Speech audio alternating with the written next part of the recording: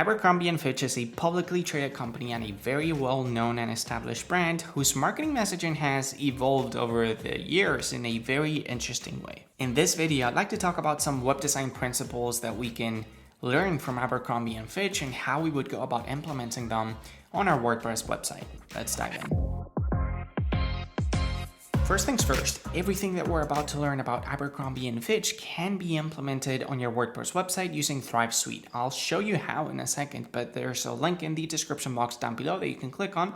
It's going to take you to our website where you can grab a license for Thrive Suite at the best possible price. All right, let's quickly take a glance at the current site for Abercrombie & Fitch. Now, as with most big e-commerce websites out there, Abercrombie's site gets updated pretty much on a daily basis. So, depending on when you're watching this video, if you were to try to visit their site, it may look totally different. Over the years, I've been analyzing and studying how different e-commerce stores present themselves online. In fact, let me just drop a card here in case you want to watch the review that I did analyzing Zara's terrible website. And yes, I'm talking about Zara, the multi-billion-dollar whale.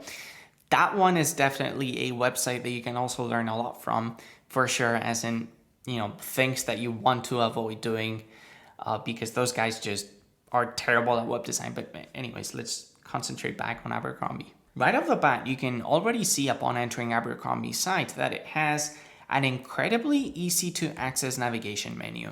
It has product categories, account and profile icons, and an easy way for users to shop by gender.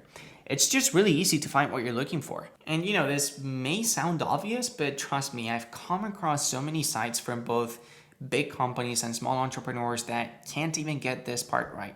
And just to keep your site as conversion focused as possible, just make sure that you keep your navigation menu as useful as you possibly can in a similar way to that of Abercrombie's. Just make sure that your navigation menu items are easy to read, that they are not hidden, and that are easily accessible. Now let's quickly talk about the hero section of their current design. Typically, I try to stay away from using any sort of slider or image gallery on the hero sections of my sites, because think about it, when you're presenting something in the form of a slider, all you do is have users get distracted by swiping left and right, and you lose the opportunity of having them take action. Now, in this specific hero section, however, it sort of works for me because Abercrombie is promoting their entire collection of new dresses for women.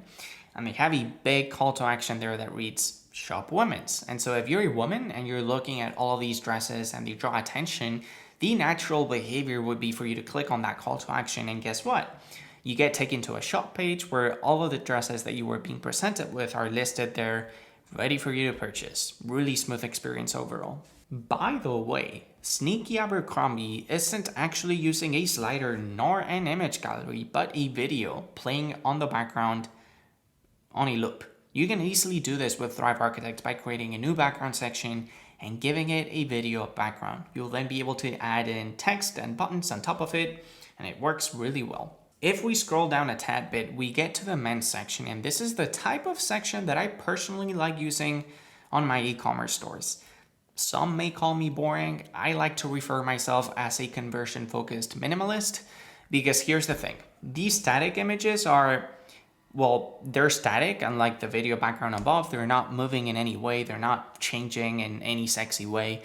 But this just makes it easier for users to quickly take a glance at the product shots that I'm promoting and let them concentrate on what really matters, which is for them to hit that shop men's call to action. And this section, by the way, is so easy to replicate with Thrive Architect. This is just a 3-column layout where you have an image in the left-hand column, an image in the right-hand column, and some text and a button in the middle column.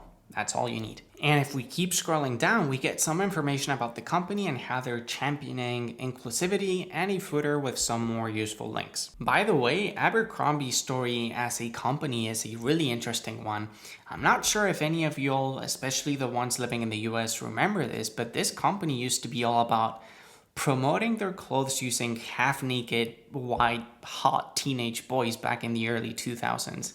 And a lot of high schoolers back in the day would want to shop at Abercrombie. It used to be a very popular brand, but with the pass of time, people sort of just disconnected with this concept of sexualizing teenagers and started looking for more socially responsible brands to shop from. And Abercrombie took a pretty big hit. There's a documentary on Netflix that talks about Abercrombie's fall line comeback. That's very interesting in case you want to check it out. But I find it even more interesting how Abercrombie is making use of their now very famous comeback story by promoting right on their homepage what values the company is standing up for today. This is a really smart and really good use of storytelling to differentiate their brand from what it used to be known back in the day. Now, I did find one thing that I feel like could be improved upon. When you're navigating into some of the inside shopping pages, the top section that they're using is so tall that it pushes most of the products underneath the fold. Not very conversion focused thing to do.